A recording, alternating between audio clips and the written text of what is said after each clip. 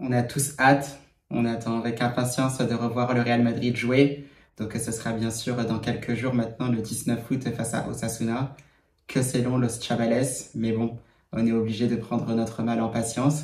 Et en attendant, il y a toujours ce mercato qui continue, un mercato estival qui est vraiment très emballant au niveau de tous les transferts qu'on a pu voir, que ça soit par exemple du côté de Liverpool ou dans d'autres clubs.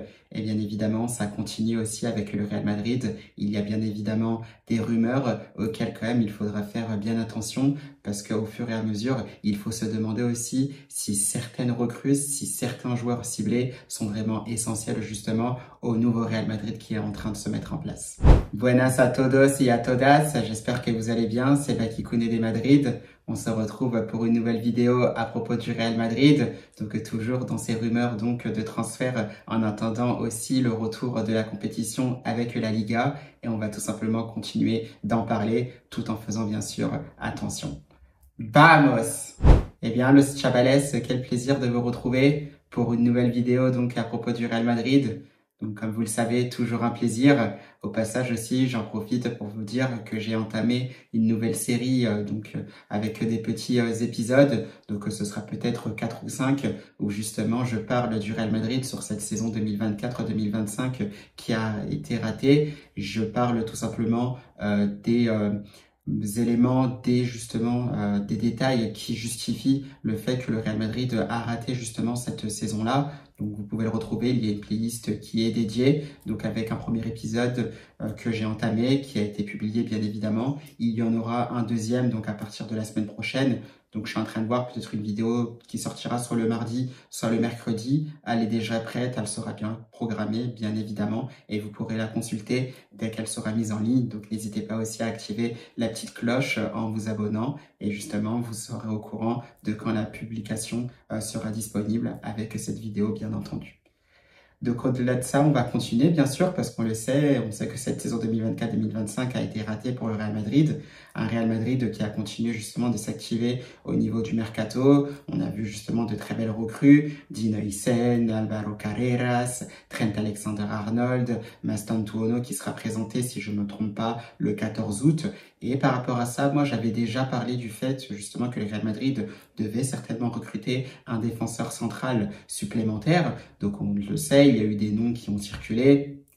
On a vu du Konaté, on a vu William Saliba, donc aussi avec des fins de contrat, notamment pour Ibrahima Konaté, ce qui pourrait permettre justement au Real Madrid d'attendre la fin de l'été, donc en 2026, pour recruter justement le défenseur français de Liverpool. Après, Liverpool n'aimerait pas le voir partir gratuitement comme pour Trent Alexander-Arnold, ce qui pourrait pousser les Reds d'ailleurs à laisser partir Ibrahima Konaté dès ce mercato, à condition que le Real Madrid paye. Donc ça, pourquoi pas, on le sait, il y a besoin de mettre aussi beaucoup de concurrence à ce poste de défenseur central qui aura beaucoup manqué justement au Real Madrid lors de cette saison 2024-2025. Ça tombe très très bien parce que ça fera partie aussi du sujet qui sera évoqué donc dans ma vidéo concernant cette série pour les raisons de la saison 2024-2025 manquée par le Real Madrid. Donc au sait, il y a ce besoin de se renforcer. Donc là-dessus, il n'y a pas de souci. Moi, vous le savez déjà, il y a bien évidemment le fait que je préfère Alessandro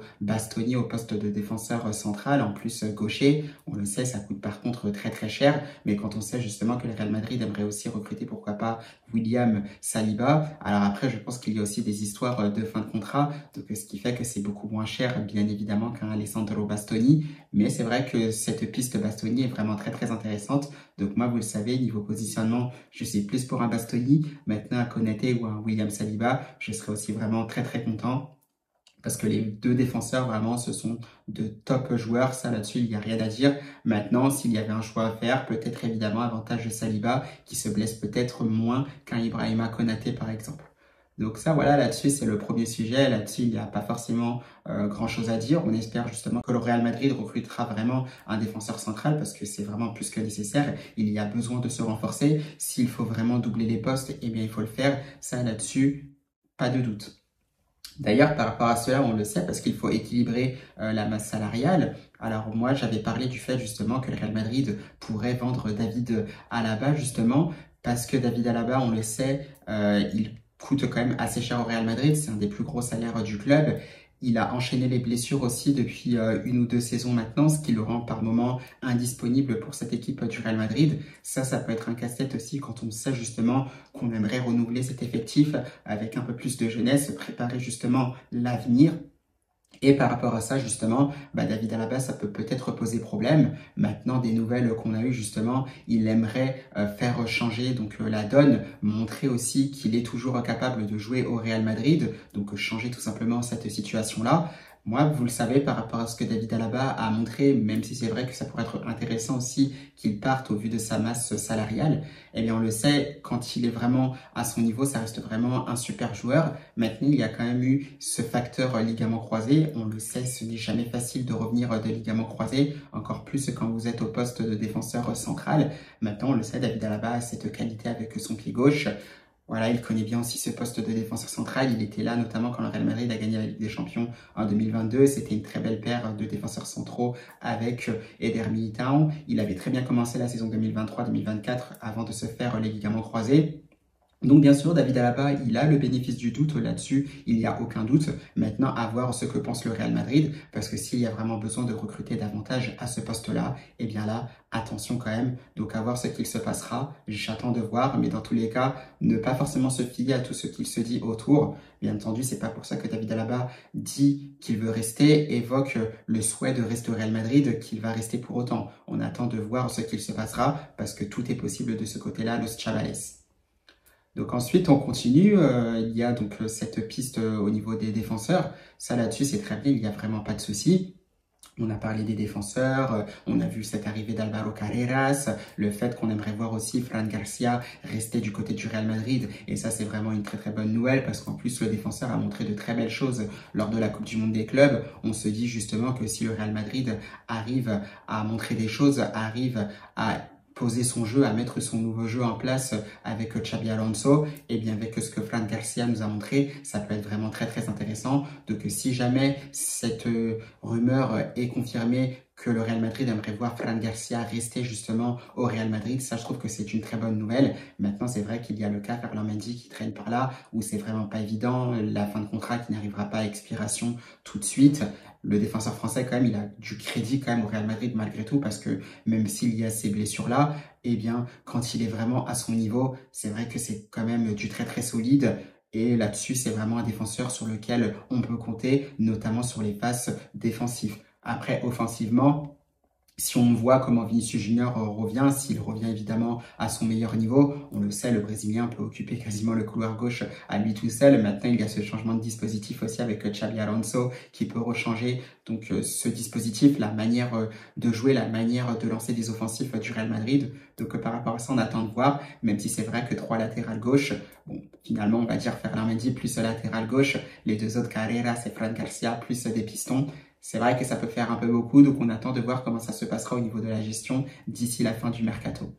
Mais malgré tout, voilà, moi ce qui me dérange, c'est que on parle, on a fait les défenseurs, on a fait les offensifs avec les attaquants, l'arrivée de Mastantuono, donc qui sera présenté très bientôt, donc là-dessus, pas de souci. Mais le problème majeur dont on parle justement depuis le début de la saison 2024-2025, on en parle encore même aujourd'hui, on a l'impression que rien n'est réglé, et bien c'est tout simplement au milieu de terrain, puisqu'on n'a pas forcément ce milieu de terrain, donc un peu plus en tant que sentinelle, capable d'organiser le jeu d'un peu plus bas, capable de lancer les offensives, de trouver des joueurs par exemple comme Jude Bellingham ou Arda Güler un peu plus haut pour alimenter les joueurs qui sont un peu plus hauts, donc les attaquants tels que Mbappé, Vini, Rodrigo Goes, Mastantuono qui arrivera très bientôt, les Brahim Diaz, Hendrick. Voilà, c'est ce milieu de terrain-là qui manque et j'ai l'impression que plus les jours avancent, c'est encore une fois bien rien. Des rumeurs qui peuvent circuler, on pourrait dire que le Real Madrid justement pourrait se contenter des milieux de terrain qu'il a là actuellement, qu'on va pas forcément aller chercher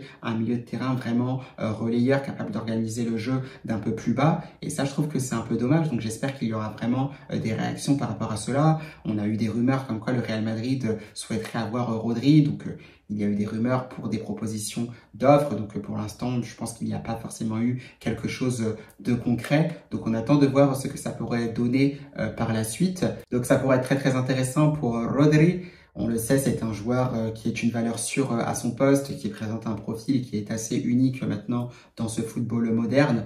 Maintenant, il y a ce petit hic-là, il a fait les ligaments croisés, on le sait, c'est jamais facile de revenir de ligaments croisés. Très peu de joueurs ont réussi à revenir au top niveau. Il y a un parfait exemple qui aura réussi, c'est bien sûr Roberto Baggio, un des meilleurs joueurs de l'histoire du football italien, qui aura été aussi Ballon d'Or dans les années 90, puisqu'il aura évolué notamment à cette époque-là où il était à son prime. Donc voilà, ce sont des choses aussi qui sont assez rares. On avait un Florian Wirtz aussi qui est très bien revenu quand même après les ligaments croisés, qui aura complètement explosé, mais c'est vrai que ce sont des cas extrêmement rares. Et c'est pour ça justement que si le Real Madrid se mettait sur Rodri, il y aurait quand même cet inconnu, et finalement on se demandait si c'était pas mieux de privilégier un autre joueur plutôt que le milieu de terrain espagnol, même si on le sait, le Real Madrid a quand même cette volonté d'hispaniser son vestiaire. Ça, c'est quelque chose aussi qui est quand même assez pertinent. Maintenant, voilà, cet inconnu, il est quand même assez grand pour Rodri. C'est les ligaments croisés, on le sait, c'est jamais facile de s'en remettre. Pour Militao, par exemple, ça n'a pas été facile. Il a donc rechuté. Asensio, quand il est revenu des ligaments croisés, pareil,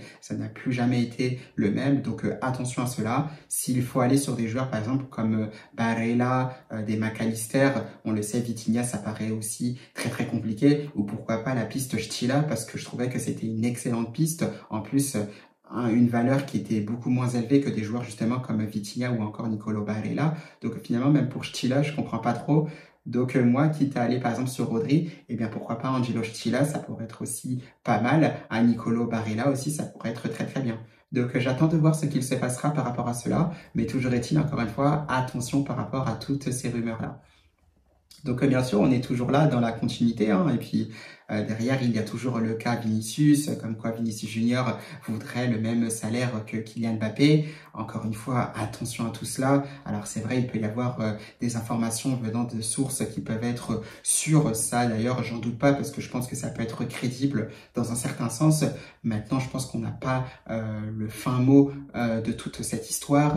Est-ce que c'est vraiment réel? On sait par exemple que Kylian Mbappé ne poserait pas forcément de problème aussi en interne. Donc attention à tout ça, attention à tous ces ragots, toutes ces rumeurs. On le sait, Vinicius Junior n'a pas encore prolongé du côté du Real Madrid. Est-ce qu'il y a le facteur salaire? Sans doute. Est-ce qu'il y a d'autres raisons, encore une fois? Possiblement. Maintenant, on va voir ce qu'il se passera d'ici la fin de son contrat, si rien n'est signé d'ici là. Peut-être qu'il peut y avoir aussi une surprise d'ici la fin du mercato, ce que je n'espère pas, parce que moi, vous le savez, j'aimerais que Vinicius Junior reste au Real Madrid, tout comme Kylian Mbappé, tout comme j'aurais aimé aussi que Rodrigo Goes reste. Pour l'instant, c'est le cas. Il n'y a pas forcément d'informations qui nous disent que Rodrigo Goes a signé dans un autre club.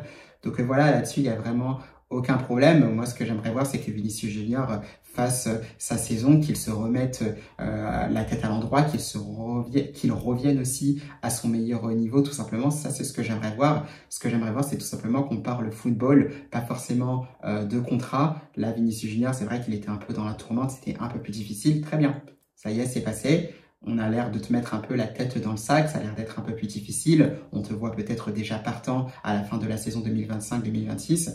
Si ça arrive, bah ok, ça arrivera. Je pense que malheureusement, on sera obligé de l'accepter à contre-cœur. Mais même si ça arrive, j'aimerais que ça soit un Vinicius Junior quand même qui revienne à son meilleur niveau. Et là, par contre, s'il arrive à revenir à son meilleur niveau, bah finalement, on ne sait pas ce qu'il est capable de se passer. Moi, dans tous les cas, j'espère qu'il restera encore des années au Real Madrid parce que c'est quand même un joueur qu'on aura vu grandir, Vinicius Junior. Donc là-dessus, je préfère rester serein. Je préfère pas forcément écouter les rumeurs, me faire mon propre avis, me dire voilà, il y a une nouvelle saison qui arrive, il peut se relancer, il peut revenir à son meilleur niveau. J'espère que ça va se faire. Et puis c'est tout. Me dire qu'après ça, il restera encore des années au Real Madrid, même si c'est vrai que dans un monde, il faut quand même l'accepter, il faut quand même en être conscient de ce Chavales. C'est pas impossible que Vinicius Junior s'en aille à la fin de la saison 2025-2026, avant même le début de cette saison 2024. Avant même le début de cette saison 2025-2026, ce n'est pas impossible non plus le Chavales, donc vraiment attention à cela. Mais vraiment, vraiment, vraiment. Et d'ailleurs, par rapport à ça, la dernière rumeur, on l'a vu, mais pour moi, c'est une rumeur qui n'est pas nouvelle. On la connaît plutôt assez bien, je pense, pour les supporters du Real Madrid. C'est le cas Erling Haaland.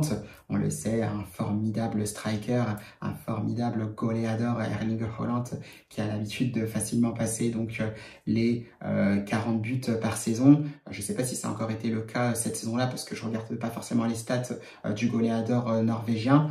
Donc voilà, il a un savoir-faire par rapport à cela. On sait que c'est un joueur qui est extrêmement apprécié de Florentino Pérez, qu'il aurait pu venir avant au Real Madrid. Le Real Madrid a préféré privilégier donc Kylian Mbappé, mais on le sait, dans un monde, si Erling Haaland aurait rejoint le Real Madrid au lieu de rejoindre Manchester City, donc à l'été 2022, pour moi, le Chabales, il n'y a aucun doute, avec Karim Benzema, ça aurait forcément marché parce qu'on le sait, on connaît le profil de Karim Benzema, qui est vraiment un électron libre, qui est un numéro 9 aussi, qui joue vraiment en tant que faux numéro 9, pardon, et avec justement la capacité d'Erling Haaland à prendre cette profondeur, à jouer en appui. Ça aussi, c'est un style de jeu que Karim Benzema aime beaucoup pour pouvoir s'appuyer, et vous aurez imaginé, vous, en combinant aussi avec Vinicius Junior, ça aurait pu être aussi très très intéressant, ça aurait pu être un choix aussi très très logique, avec un Karim Benzema de toute façon qui aurait fini par quitter le Real Madrid. Et bien pour la succession, ça se serait, je pense, très très bien passé.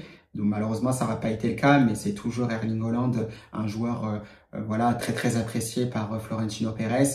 Et on sait que ça existe, il y a un monde où Florentino Pérez aimerait associer les deux. C'est vrai que quelque part, Mbappé et Erling Haaland, ça peut se faire. Haaland et Vinicius Junior aussi, ça aurait pu être le cas. Et on le sait, Los Chavales, ça reste pour l'instant que des rumeurs, mais toutes les rumeurs justement qui circulent autour de Vinicius Junior, méfiance, attention, parce que si on sait justement que Florentino Pérez aimerait avoir Erling Haaland, et bien justement derrière, c'est pas impossible que Vinicius Junior malheureusement s'en aille, parce que vous vous en doutez bien, Erling Haaland avec Kylian Mbappé, avec Vinicius Junior, ça paraît vraiment très très compliqué parce que c'est un Erling Haaland bien évidemment qui jouerait vraiment son poste naturel de numéro 9. Ce serait difficile de mettre un Kylian Mbappé à droite comme un Vinicius Junior côté droit. Ça a été fait un peu avec beaucoup... ça a été forcé tout simplement, j'ai envie de dire, lors de la Coupe du Monde des clubs en demi-finale face au Paris Saint-Germain. On a vu Vinicius Junior à droite, c'était vraiment un peu bizarre. Donc c'est pour ça que je me dis, si jamais il y a un Erling Haaland qui était amené à débarquer un jour au Real Madrid, ça voudrait dire potentiellement qu'un Vinicius Junior serait peut-être amené à partir. Et c'est vrai que ça me décevrait énormément. Mais bon, pour l'instant, on n'y est pas. On voit que c'est un Erling Haaland aussi qui est très très heureux du côté de Manchester City. Donc voilà, on est très très bien avec Vini Junior et Kylian Mbappé. On espère que les deux se réveilleront, qu'ils parviendront aussi à combiner. Et j'espère que derrière, ça ramènera aussi de nouvelles saisons remplies de succès pour le Real Madrid, bien évidemment. Mais dans tous les cas, Los Chavales, il faut être vraiment vigilant au niveau des rumeurs. C'est vrai, les rumeurs, bien évidemment, il faut les écouter parce que des fois, ça vient de sources qui sont vraiment plus que pertinentes. Voilà, vraiment se poser les bonnes questions comme moi je me les pose actuellement et à voir aussi ce qu'il se passera par la suite. Mais dans tous les cas, on le sait, il faudra vraiment réagir pour ce Real Madrid-là, vraiment recruter un milieu de terrain, si c'est possible un défenseur, parce qu'on le sait, la saison qui arrive sera vraiment très difficile avec toutes les équipes qui seront présentes en Champions League. En Liga, on le sait, ce sera pas facile avec le FC Barcelone qui sera aussi très très fort. On le sait, les Barcelonais seront vraiment en mission. Ça là-dessus, il n'y aura pas de surprise. On a vu aussi un Atlético de Madrid qui s'est très très bien renforcé durant ce mercato estival. On y viendra d'ailleurs aussi le Chavales dans une vidéo un peu plus complète par rapport à la saison qui nous attend en Liga 2025-2026 avec notamment nos deux concurrents à surveiller, l'Atlético et le Barça. On fera de toute façon brièvement une présentation de ces deux équipes-là, plus celle du Real Madrid justement, et bien évidemment pour lâcher nos pronostics quant à savoir qui sera bien évidemment champion d'Espagne 2025-2026. Donc voilà, Los Chavales, c'est un peu le mot de conclusion par rapport à tout cela. C'est que vraiment, il faut être assez vigilant par rapport à toutes ces rumeurs qui circulent. La conclusion qu'on peut en tirer de tout ça finalement, c'est que un défenseur central, on aimerait bien, et régler quand même les histoires au niveau des latéraux parce que quand même 3 ça fait un peu beaucoup, mais finalement avec toutes les blessures qu'il y a au Real Madrid, on a l'impression que c'est plus que suffisant. Un milieu de terrain alors plus en tant que sentinelle qui est capable de relancer le jeu, qui est capable de réguler le tempo pour trouver des joueurs un peu plus hauts comme Güler ou Bellingham qui seront eux capables aussi d'alimenter les attaquants. Donc ça, vraiment, c'est le mot d'ordre qu'on aimerait voir. Et puis, j'espère que le cas Vinicius Junior aussi se réglera avec une bonne issue qui sera vraiment plus que positive. Parce que vous le savez, Vinicius Junior, mais c'est vraiment au même titre que Rodrigo Goes, c'est des joueurs qu'on aura vu grandir aussi au Real Madrid. Et on aimerait les voir rester du côté de la capitale espagnole, même si ça peut sembler difficile. Mais c'est vrai qu'on aimerait les voir rester davantage au Real Madrid, Los Chavales. Donc, on verra bien ce qu'il se passera. Moi, j'ai hâte de voir ce qui se passera donc dans la suite de ce mercato sur la fin de cette période estivale. Donc voilà, on continuera à se donner des informations petit à petit, Los Chavales. N'oubliez pas, on se retrouve aussi donc la semaine prochaine, donc ce sera mardi ou mercredi, pour un nouvel épisode de la série Les raisons de la saison 2024-2025 ratée par le Real Madrid. Je peux vous laisser retrouver d'ailleurs une bande-annonce de ce deuxième épisode, donc ce sera juste après la fin de cette vidéo. Donc voilà, Los Chavales, ce sera tout pour cette vidéo. Donc je vous souhaite bien sûr une belle fin de week-end. Donc bien sûr, continuez à profiter aussi de vos vacances d'été. Et tout simplement, je vous laisse vous retrouver devant la bande-annonce du deuxième épisode des raisons de la saison 2024-2025 ratée du Real Madrid. À la Madrid! Dans l'épisode précédent concernant les raisons de la saison ratée du Real Madrid, on parlait tout simplement du fait que le Real Madrid réalisait simplement à chaque fois une saison sur deux. Par la suite, évidemment, on a vu qu'il y avait la gestion de l'effectif avec peut-être des recrutements qui n'ont pas été faits dans toute leur splendeur au niveau justement de certains manques à certains postes.